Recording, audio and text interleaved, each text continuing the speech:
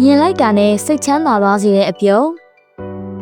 ဒါပေမဲ့ဒီအပြုံးပါရှင်လေးတွေကကျမတို့ကိုစွန့်ခွာသွားနေကြပြီဆိုတာကိုရောသင်သတိထားမိပါသလားရေပြင်ကျဲကြီးရဲ့အောက်မှာအမြဲတမ်းပြုံးနေတတ်တဲ့မျက်နှာလေးတစ်ခုကိုမြင်မှုကြပါသလားသူတို့ကတော့ကမ္ဘာပေါ်မှာချစ်ဖို့အကောင်းဆုံးနဲ့အရှားပါဆုံး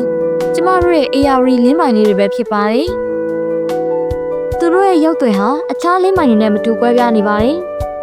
နှုတ်သီးချွန်ချွန်မပါရှိပဲလက်ဖူးမောင်းမှာခေါင်းလုံးလုံးလေးနဲ့မို့လို့မြင်လိုက်ရသူတိုင်းရဲ့စိတ်ထဲမှာကလေးငယ်တယောက်လိုအပြည့်ကင်းစင်တဲ့ခံစားမှုကိုပေးစွမ်းနိုင်ပါတယ်သူတို့ဟာလူသားတွေနဲ့မိတ်ဆွေဖွဲ့တတ်တဲ့ကမ္ဘာတစ်ခုတည်းသောလင်းမိုင်မျိုးစိတ်ဖြစ်ပါတယ်တငါးတွေကလေပေါ်ကနေအတန်ပေးလိုက်တာနဲ့ငါးအုပ်တွေကိုမောင်းနေပေးလေရှိကြတယ်ဒါဟာပုံမြင်တစ်ပုဒ်မဟုတ်ပါဘူး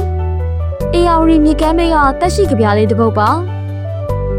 ဒါပေမဲ့ရင်နာစရာအကောင်းဆုံးကတော့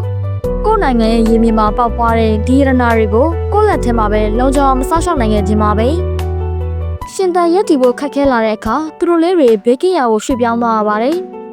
ဒါဟာတတဝါတကောင်နေရာရွှေ့သွားတာမဟုတ်ပါဘူးနိုင်ငံအတွက်တန်ဖိုးရှိတဲ့အခွင့်အလမ်းတွေကံဘက်ကင်းတဲ့ဂုဏ်ယူစရာတွေဆုံးရှုံးလိုက်ရခြင်းသာဖြစ်ပါတယ်ဒီအဖြစ်အပျက်တွေကကျမတို့အတွက်သင်ခန်းစာယူစရာပါ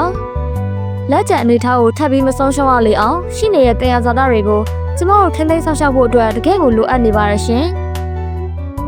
Bamis AI Studio Page ကနေဒီလိုစိတ်ဝင်စားစရာကောင်းတဲ့အကြောင်းအရာလေးတွေကိုအမြဲမျှဝေပေးသွားမှာမို့လို့ page လေးကိုအမြဲစောင့်ကြည့်ပေးကြပါအောင်ရှင်